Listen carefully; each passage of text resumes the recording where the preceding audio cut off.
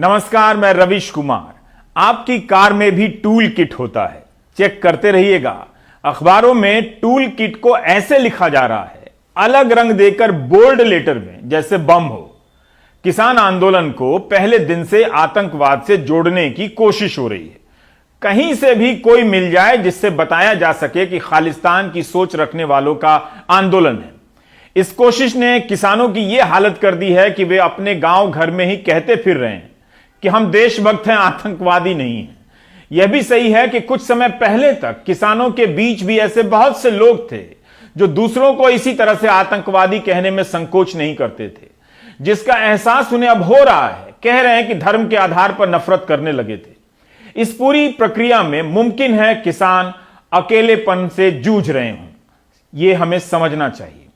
आज शुरू में ही एक गाना सुनाना चाहता हूं। 40 करोड़ की आबादी जिन किसानों की हो, वे अकेलेपन के शिकार हो जाएं, अच्छी बात नहीं है।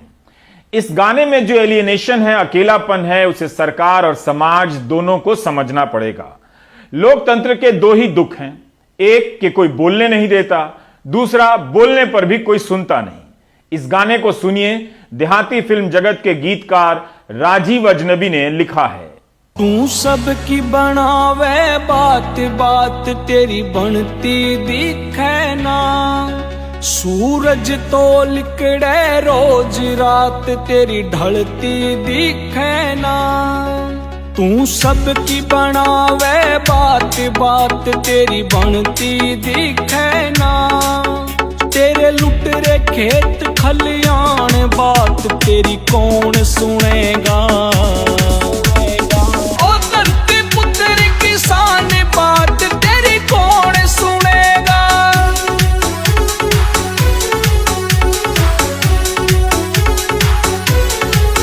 ना छोटू राम इब आने का, ना बाबा टिकैत समझाने का, ना चौधरी चरण सिंह थमने आगे की राह दिखाने का। तेरे सोगे सब भगवान बात तेरी कौन सुनेगा। ओ धरती पुत्र किसान बात तेरी कौन सुनेगा। यहाँ पापी देखे बड़े बड़े तेरे नाम ने सुमिरे पड़े पड़े। सरकारी हो या प्राइवेट तन्ने बेच के खा जा खड़े खड़े। तू सच्चाई पहचान बात तेरी कौन सुनेगा। ओ धरती पुत्र किसान बात तेरी कौन सुनेगा। ओ धरती पुत्र किसान बात तेरी कौन सुनेगा।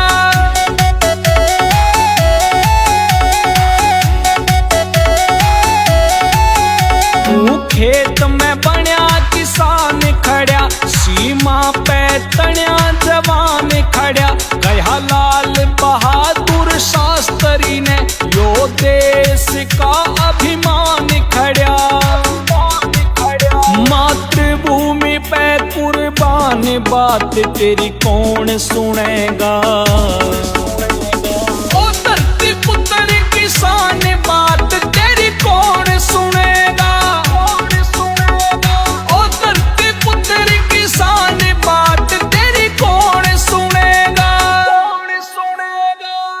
जब मैंने इस गाने को सुनने के बाद अभिनेता विकास को फोन किया तो उनके फोन का कॉलर ट्यून अलग ही राग अलाप रहा था। बीएसएनएल का कॉलर ट्यून बजने लगा कि अब दूरी ना रहे दूरी, कोई बात रहे ना अधूरी। अपनों की बातों की मिसरी कानों में घोल रहा है, हिंदुस्तान बोल रहा है। कितना सुंदर कॉलर ट्यून है। लेकिन अब तो बीएसएनएल ही बोलने लायक नहीं रहा और 100 रुपया पेट्रोल भराने वाला हिंदुस्तान बोल नहीं पा रहा है। सांप्रदायिकता आपकी नागरिकता निगल जाती है। इसे लिखकर पर्स में रख लीजिए। खेती का संकट जलवायु के संकट से भी है। आप अपने दफ्तर और कमरे में एयर कंडीशन चलाकर बढ़ते तापमान से बच जाते हैं, लेकिन एसी से बाहर जो तापमान बढ़ता है उससे किसानों के खेत जल जाते हैं। हमने आपको बताया था कि हिंदी डाउन टू अर्थ पत्रिका के इस अंक में जलवायु परिवर्तन पर विस्तार से बात है। रिचर्ड महापात्रा ने लिखा है कि किसानों का इम्तिहान लेगा जलवायु परिवर्तन। चंद हफ्तों की बात है, आपके टीवी स्क्रीन पर पानी के लिए तरसते किसानों और ग्रामीण परिवारों की तस्वीरें आती होंगी। रिचर्ड ने लिखा है कि संयुक्त राष्ट्र ने पिछले साल मार्च में जारी विश्व जल विकास रिपोर्ट में चेतावनी दी थी कि जलवायु परिवर्तन दुनिया भर में अनाज उत्पादन के तरीके को पूरी तरह बदल देगा। मौसम और जल की उपलब्धता में मामूली अंतर से भी पैदावार पर बहुत बुरा असर पड़ेगा। भारत सरकार के आर्थिक सर्वेक्षण 2017-18 में कहा गया है कि जलवायु परिवर्तन से मध्य अवधि में कृषि आय में 20 से 25% की कमी हो सकती है। इसी आर्थिक सर्वेक्षण में कहा गया है कि जिस साल तापमान 1 डिग्री सेल्सियस अधिक होगा, तब धान के सीजन के दौरान किसानों की आय 6.2% गिर जाएगी। जाहिर है, जलवायु परिवर्तन को लेकर सोचने, बोलने और लिखने वाले लोग खेती किसानी के बारे में सोचेंगे, उनसे जुड़ने का मौका देखेंगे, दोनों का रिश्ता बनेगा। दिशा की गिरफ्तारी के वक्त कई लोगों ने कहा कि बच्चों को जलवायु परिवर्तन से क्या काम। अगर आपका सवाल यह है कि जलवायु परिवर्तन के सवाल को लेकर भारत के स्कूल कॉलेज के छात्रों का कोरिया, ताइवान, जापान के छात्रों से संपर्क कैसे हो रहा है, तो इसका जवाब ईमानदारी से खोजिए। आप देखेंगे कि हर स्कूल में पर्यावरण को लेकर तरह तरह के कंपटीशन होते ही हैं। वन महोत्सव नाम का फ्रॉड भी होता है उन्हीं स्कूलों में। स्कूलों को लगता है कि यही वो विषय है जिससे राजनीतिक आकाओं से टकराने से बच जाएंगे। चीफ गेस्ट बनकर आने वाले मंत्री जी के आगे पीछे गमला सजा दिए जाएंगे और मंत्री जी भी खुश हो जाएंगे कि आजकल के बच्चे पर्यावरण और जलवायु को लेकर बहुत जागरूक हैं। कभी सोचा है कि यह कब से हो रहा है? 1991 में सुप्रीम कोर्ट के आदेश के बाद कॉलेजों में पर्यावरण की पढ़ाई शुरू हुई थी। MC मेहता नाम के एक महान पर्यावरणविद हुए। उन्होंने जनहित याचिका दायर की, बिना पर्यावरण का एक कोर्स किए अब कोई BA पास नहीं हो सकता। उसके बाद 2003 में सुप्रीम कोर्ट का आदेश आया कि स्कूलों में पर्यावरण की पढ़ाई अनिवार्य होगी। आज यही कारण है कि देश के कई हिस्सों में कम उम्र के नौजवान और स्कूलों के बच्चे जलवायु परिवर्तन के सवाल को अपनी तरह से समझ रहे हैं। उन्हें धीरे धीरे यह भी समझ आ रहा है और आएगा कि पर्यावरण का सवाल पूरी राजनीति को पलट रहा है। पूरी दुनिया में कंपनियों के चंदे से चलने वाली राजनीति और धरती को बचाने का सपना देखने वाली राजनीति में टकराव है। तो आप सिर्फ उम्र देखकर इन्हें मत दुत्कारिए। 70 साल के नेताओं ने देश का ज्यादा नुकसान किया है। मणिपुर की लिसिप्रिया कंगुजम दुनिया की सबसे युवा जलवायु कार्यकर्ताओं में से एक है। 9 साल की हैं। 2019 में लिसिप्रिया ने स्पेन में यूनाइटेड नेशंस क्लाइमेट कॉन्फ्रेंस में भाषण दिया। इसी तरह उत्तराखंड की 13 साल की रिधिमा पांडे की तुलना ग्रेटा से की जाती है। रिधिमा के पिता भी जलवायु कार्यकर्ता थे। 2013 में उत्तराखंड में आई बाढ़ में उनकी मौत हो गई। 2019 में जिन 16 युवा एक्टिविस्ट ने United Nations committee on the rights of the child के समक्ष क्लाइमेट चेंज पर याचिका दाखिल की थी, उनमें से एक रिद्धिमा भी थी।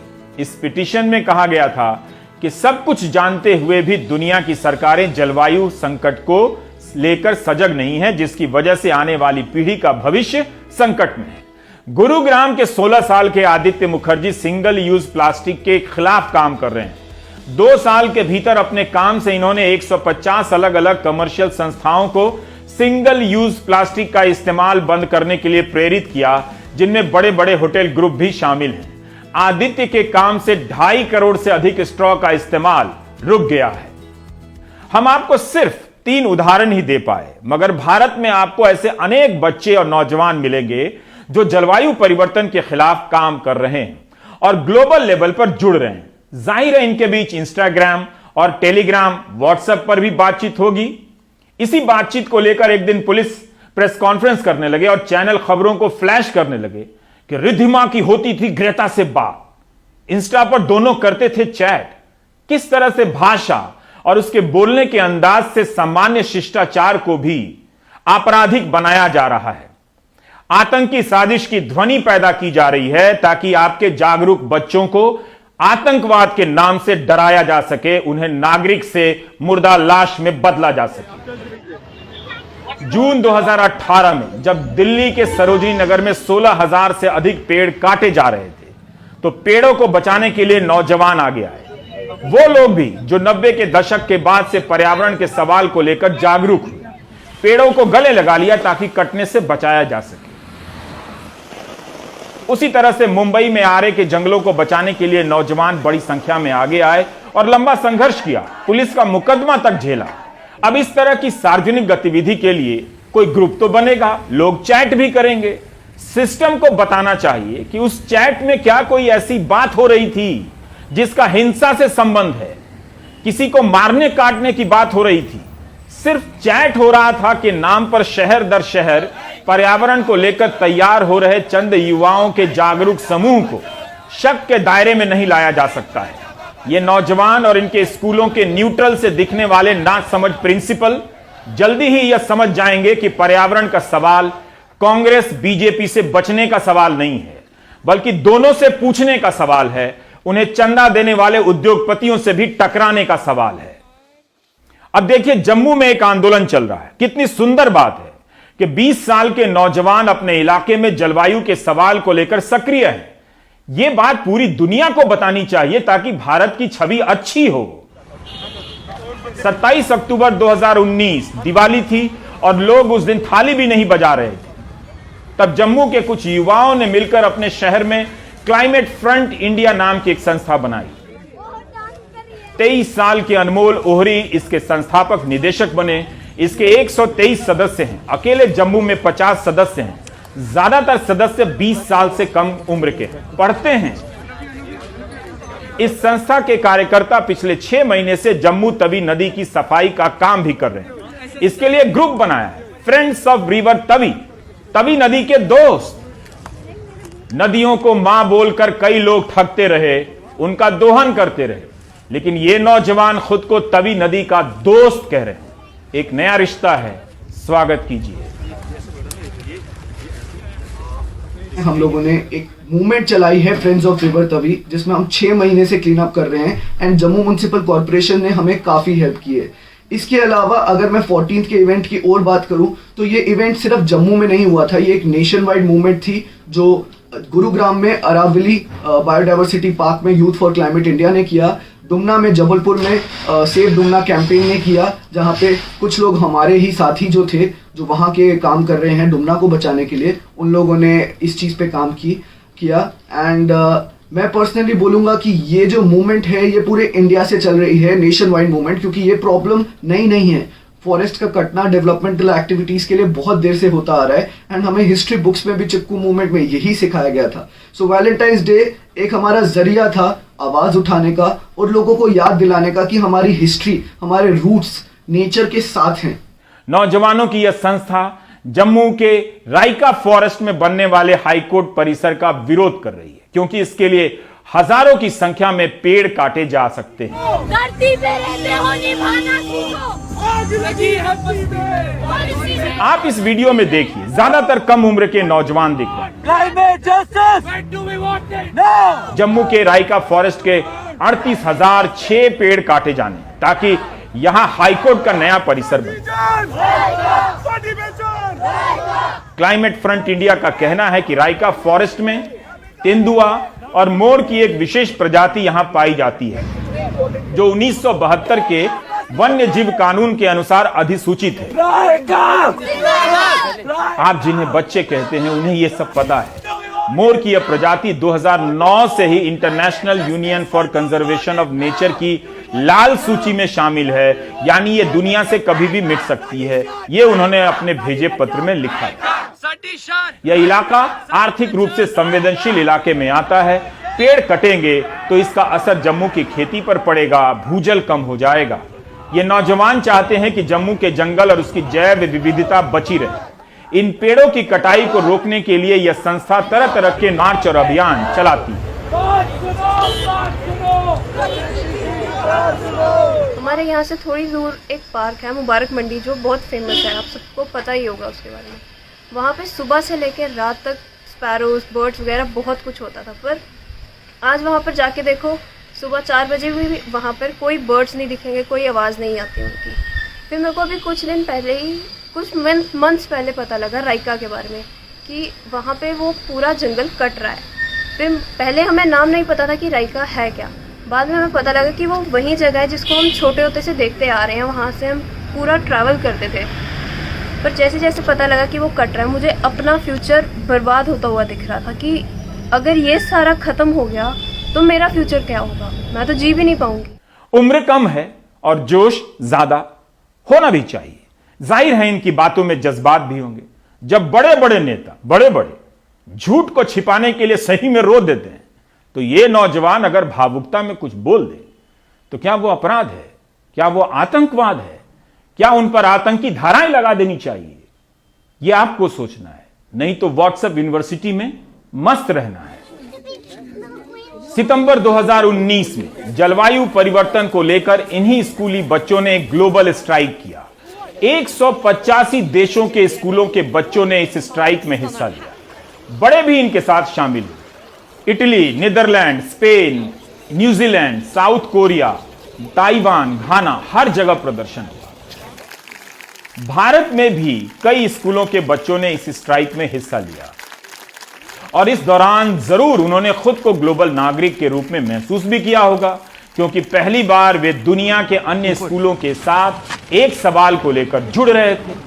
इसके ठीक एक साल पहले ग्रेटा थनबर्ग ने अगस्त 2018 में स्वीडन की संसद के सामने प्रदर्शन किया था और मांग की थी कि सरकार कार्बन उत्सर्जन को कम करे। यह सब बिना बात किए हुए, बिना चैट किए हुए तो हुआ नहीं होगा। पुलिस को भी अपनी भाषा में बातचीत को संदिग्ध और आतंकी साजिश बताने से पहले यह बताना चाहिए कि इसमें आतंकी साजिश और गतिविधि क्या है, कहां हिंसा की बात हो रही है।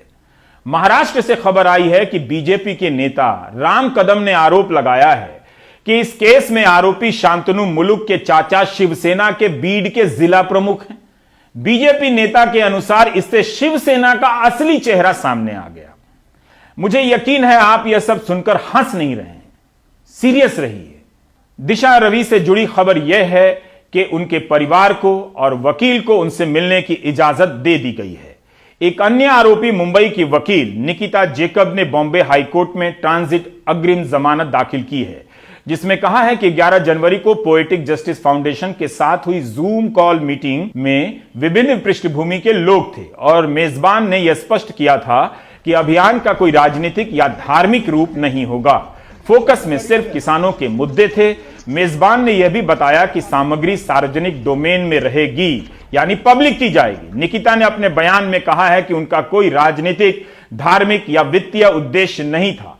जूम मीटिंग में कई लोगों ने अपनी पहचान छिपा रखी थी और अलग आईडी भी बनाई थी, जो लोग आमतौर पर करते हैं। खबरें इस तरह से फ्लैश हो रही हैं कि आरोपी शांतनु सिंघू बॉर्डर पर था, किसान आंदोलन में शामिल था। उन्हें स्क्रीन पर देखकर, चैनलों के स्क्रीन पर देखकर आपको लगता होगा कोई आतंकवादी पकड़ा गया है। मीडिया ने ऐसा पहले भी किया है। खबरों में मिर्जा नासिर हुसैन, अब्दुल गोनी, अली मोहम्मद भट्ट, अहमद बजा, रईस बेग और इन जैसे बहुत से बेगुनाह लोग अखबारों में पहले दिन से आतंकवादी बना दिए गए, जिन्हें बाद में अदालत ने 23 साल बाद बाइज्जत बरी किया।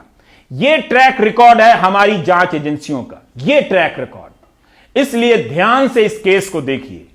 मो धालीवाल को खालिस्तान समर्थक बताया जा रहा है। उनकी करीबी अनीता लाल को भी एक अहम किरदार के रूप में पेश किया गया है। अनीता वर्ल्ड सिख ऑर्गेनाइजेशन की फाउंडर भी हैं और पोएटिक जस्टिस फाउंडेशन की संस्थापक भी। इन लोगों ने कब किसे मेल किया, कौन सा ग्रुप बनाया, यह सब जानकारी साझा की जा रही है। पुनीत नाम की महिला का निकिता के साथ इंस्टा चैट हुआ, प्रोटोन मेल से संवाद हुआ, यह सब बताया जा रहा है। पर यह नहीं बताया जा रहा है कि जो टूल किट सार्वजनिक रूप से उपलब्ध है, जिसे आप भी देख सकते हैं, उसमें आतंकी साजिश वाली बात क्या है। पुलिस कह रही है कि जांच हो रही है, गूगल से जवाब का इंतजार है, जूम को भी पत्र लिखा गया है कि कौन कौन 11 जनवरी की बैठक में शामिल था। किसान नेताओं की भूमिका की भी जांच होगी। जहां तक दिशा की गिरफ्तारी की बात है, गिरफ्तारी बिल्कुल कानून के अनुसार और सारी जो प्रोसीजर को फॉलो करते हुए दिशा की गिरफ्तारी। कानून 22 साल की उम्र का और 50 साल की उम्र में कोई उसमें करती है। और हमने सारी चीज़ को देख लिया। उसको अंततः कोर्ट में पेश किया गया। कोर्ट में जो मेट्रोपॉलिटन मजिस्ट्रेट है उसको गिरफ्तारी को सही मानते हुए उसको पुलिस हिरासत में 5 दिन के लिए दिया। तो ये जो लोग कहते हैं कि गिरफ्तारी में कोई कमी रही है वो बिल्कुल मिथ्या है। रवीश रंजन ने बताया कि कटाई के सीजन के कारण आंदोलन में किसानों का आना कम हुआ है, जो दिल्ली की सीमा पर आंदोलन है। इसलिए किसान नेताओं ने फैसला किया है कि वे अपना आंदोलन सोशल मीडिया पर और तेज करेंगे। हम उसी सर छोटू राम की जमीन पे आज हैं। आज सर छोटू राम के गांव गढ़ी सांपला में भी एक महापंचायत बुलाई गई। यह महापंचायत संयुक्त किसान मोर्चा ने बुलाई, जिसमें राकेश टिकैत, गुरनाम सिंह चढ़ोनी, उग्राहा समेत कई किसान नेताओं ने हिस्सा लिया। हरियाणा की खट्टर सरकार से अपना समर्थन वापस ले चुके निर्दलीय विधायक और सांगवान खाप के प्रमुख सोमवीर सांगवान भी शामिल थे। इनके साथ कई खाप नेता भी शामिल हुए, सांगवान, दलाल, दहिया खाप के प्रमुख भी। इस महापंचायत में दलाल खाप की तरफ से ऐलान हुआ कि हरियाणा के कृषि मंत्री जेपी दलाल को दलाल खाप से निकाला जाता है। महापंचायत में कंवर ग्रेवाल, अजय हुड्डा जैसे गायकों ने गाना गाया। सबने एक मत में कहा कि सर छोटू राम की कही गई बातें आज भी उतनी ही सही है जितनी 90 साल पहले थी। सौरभ शुक्ल ने बताया कि करीब 10,000 लोग महापंचायत में शामिल हुए। हजारों की तादाद में महिलाएं भी थीं।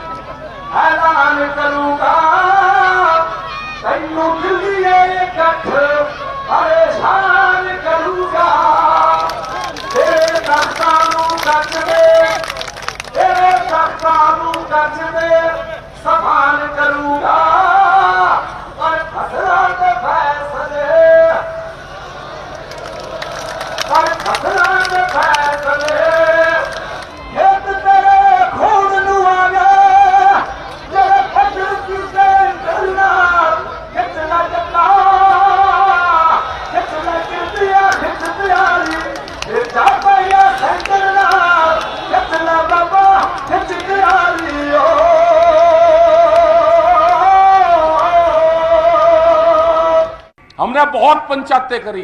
टिकैत साहब भी कहते थे कि भूख हड़ताल से देश में कुछ नहीं होने वाला। उन्होंने कहा कि अपने भंडारे चलाओ, हम 1 दिन 2 दिन 10 दिन हर गांव से रोटी बनवा के भंडारों में दे सकते थे। लेकिन जो ठिएबंदी, जो बड़े बड़े टप भंडारे, जो लंगर चलाने की जो व्यवस्था थी, यह हमारे से कभी नहीं बन पाई। अब का बहुत चीज सीखने को मिली हमको, और ये ऐसा गठबंधन बन गया, आपस में चिट्ठी पत्री दो, रिश्तेदारियों में आना जाना करो। पंजाब और हरियाणा और उत्तर प्रदेश और राजस्थान, ये नई क्रांति जाएगा। ये पूरे देश के किसानों का भाग्य का फैसला ये धरने करेंगे। इसको सुचारू रूप से चलाते रहो, पंचायतें करते रहो। पूरे देश भर में हम पंचायतें करेंगे। हम जाएंगे, गुजरात में भी जाएंगे, महाराष्ट्र में भी हम जा रहे हैं। जहां पे हमारी पंचायत होनी है, लॉकडाउन हो गया 20 तारीख का, हमने दूसरी जगह रख दी। हमने पंचायत अकोला में 20 तारीख की पंचायत थी, लॉकडाउन हो गया, हमने दूसरी जगह रख दी। पंचायत जरूर करेंगे, सब जगह पूरे देश में पंचायत करेंगे। हम जाएंगे, बंगाल में भी जाएंगे। बंगाल में भी बड़ी मीटिंग होगी। वहां की भी सरकार कुछ तंग कर रही किसानों को, कुछ भारत सरकार तंग कर रही। जाएंगे, बहाना किसी का होगा, पंचायत वहां पे भी करेंगे। दिक्कत ना मानो, सारी जत्थेबंदी जाएगी, वहां पे भी पंचायत करेंगे।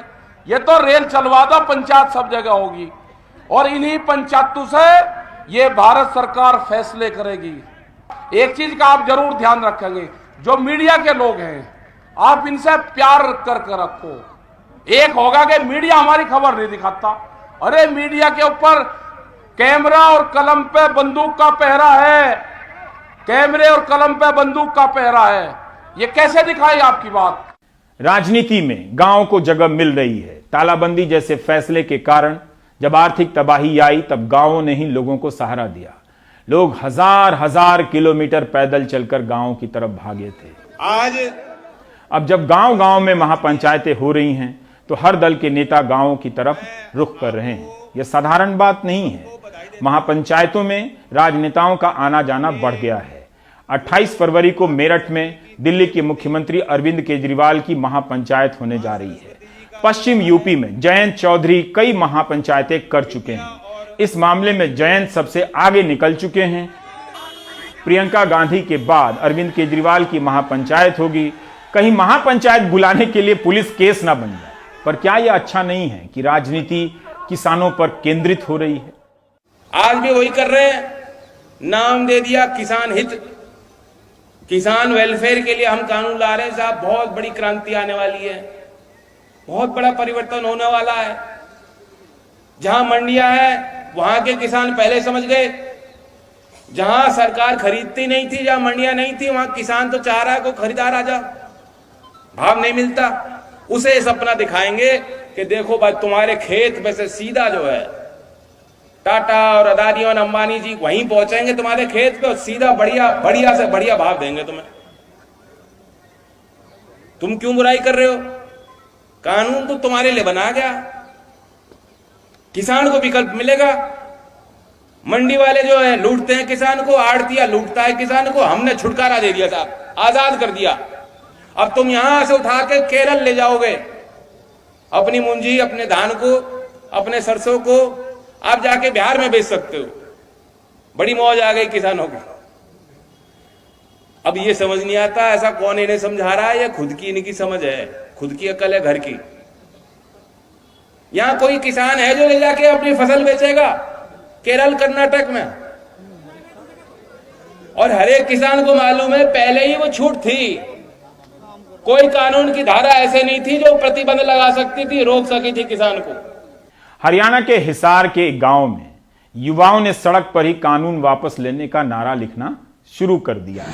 ये माजरा प्याऊ का है, यहाँ सड़क नए नए तरीके निकाले जा रहे हैं ताकि कृषि कानूनों का विरोध दिखता रहे, जारी रहे। इस काम के लिए भी 4 नौजवानों ने आपस में चैट किया होगा, चंदा जमा किया होगा। क्या पता एक दिन पुलिस कहने लगे कि इनकी फंडिंग किसने की, इसकी जांच हो रही है। किसान आंदोलन और जलवायु परिवर्तन के आंदोलन, इन दोनों को एक दूसरे के करीब आना ही चाहिए। सरकार की कोई भी नीति इस जलवायु परिवर्तन के सवाल का जवाब ढूंढे बगैर कारगर नहीं होने वाली है। दिशा को जेल में बंद कर देने से दिशा नहीं मिलने वाली, दिशा मिलेगी ख्यालों को आजाद कर देने से। ब्रेक के बाद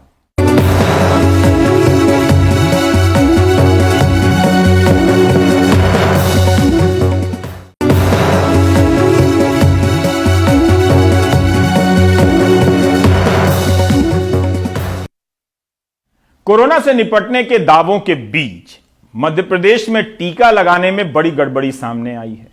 टेस्ट कराने वाले हजारों लोगों के पते तो फर्जी मिले हैं।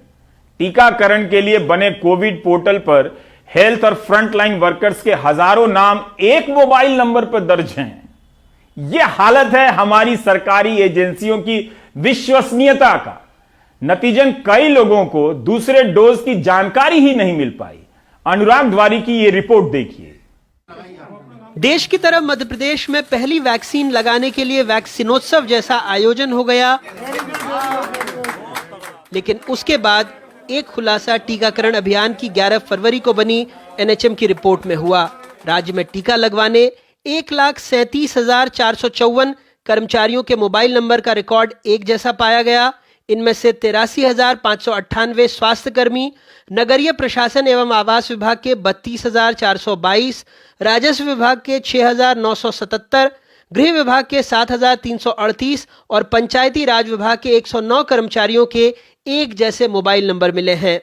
इंदौर में 17,644, जबलपुर में 11,703, भोपाल में 8,349 मोबाइल नंबर एक समान पाए गए हैं। मैं आज स्वच्छता प्रभारी हूँ, मेरे सब कर्मचारी है। ओके। अब इनकी लिस्ट बना के निकाल लिए मैंने। कल 17 तारीख में मैसेज आ गया इनका, कल डलवाता हूँ मैं, इनको लगवाता हूँ इंजेक्शन। अच्छा, तो इनको अभी तक लगा नहीं है? हाँ, जो लिस्ट आई ना, हाँ। उनको वैक्सीन नहीं लगा। वो कल 9 बजे से 5 बजे तक मैं वैक्सीन लगा दूंगा है ना। अच्छा, तो इनके मतलब सबके नाम पर आप ही का नंबर चढ़ा दिया इन लोगों ने? हाँ, बस वही है, क्योंकि मैं इनका प्रभारी दरोगा हूँ। मैं बतौर ऐसे ही उनके सैनिटरी इंस्पेक्टर का उनका वो था। हाँ। तो उन्होंने मेरे नंबर, जिन के मोबाइल नंबर नहीं थे, इसमें कई सफाई कर्मचारी महिलाएं हैं। हाँ, जैसे अनीता बाई, और कोई मांगी लाल, अशोक, ताराचंद, अविनाश, सबके नाम के आगे आप ही के नंबर है। 60% ऐसे हैं जिनके पास मोबाइल अवेलेबल नहीं थे, तो इन्होंने मेरा नंबर लिख दिया है उसके ऊपर। अच्छा, तो आपको कितने मैसेज आए थे? आपको तो एक ही मैसेज आया होगा अपना। नहीं, इन सभी के मैसेज मेरे पास आए थे और हमने हालांकि उनको फॉरवर्ड कर दिए थे। हाँ। जो इनके मेट लोग होते हैं उनको बता भी दिया था और आज हमारे पास जो सूची आई है उस सूची के आधार पर हम इनको कल के लिए सूचना कर रहे हैं। तो आप कौन से डिपार्टमेंट में सर? ये अपने नगर पालिका से। तो आपके नाम पे इन्होंने कितने लोगों के चढ़ा दिए होंगे वहाँ पे? लगभग होंगे 40 आदमी। ये सब आगर मालवा में ही? जी। इसकी वजह से जिसका नंबर दर्ज था उसने मैसेज आने पर टीका लगवा लिया, लेकिन दूसरे हेल्थ वर्कर टीका लगवाने के लिए अपनी बारी का इंतजार करते रहे। हालांकि गलती बताने पर भी मंत्री जी को लगता है रजिस्ट्रेशन सही हो रहा है। नहीं, रजिस्ट्रेशन सही हो रहा है, कहीं कोई मिस्टेक अगर हुई है तो उसकी हम जांच करा लेंगे। कांग्रेस को लगता है ये बड़ी लापरवाही है। टेस्ट के मामले में भी ढिलाई चल रही है, वैक्सीन के मामले में भी ढिलाई चल रही है, नाम पते और नंबर फर्जी नोट हैं और मध्य प्रदेश में लगभग 1.5 लाख लोगों का एक ही मोबाइल नंबर दर्ज है और उसके अलावा विभाग के अफसरों के नंबर लिखवा दिए गए हैं। तो कुल मिला के मैं समझता हूँ कि खिलवाड़ हो रहा है कोरोना से। सिर्फ फोन नंबर ही नहीं, 17 जिलों के 9,280 फ्रंटलाइन वर्कर के पोस्टल कोड भी गलत भरे गए हैं। सबसे ज्यादा गलत पिन कोड 4,524 कर्मचारियों के कोविड रजिस्ट्रेशन पोर्टल पर गृह मंत्री के दतिया में दर्ज किए गए हैं। एक जैसे मोबाइल नंबर से लाखों कोरोना योद्धाओं को वैक्सीन का डोज मिल गया, लेकिन ज़रा सोचिए जिन्हें तय वक्त पर दूसरी डोज की जानकारी नहीं भेजी गई होगी तो कोरोना के जंग में उनकी लड़ाई कितनी कारगर होगी। भोपाल से कैमरा पर्सन रिजवान खान के साथ अनुराग द्वारी, NDTV इंडिया।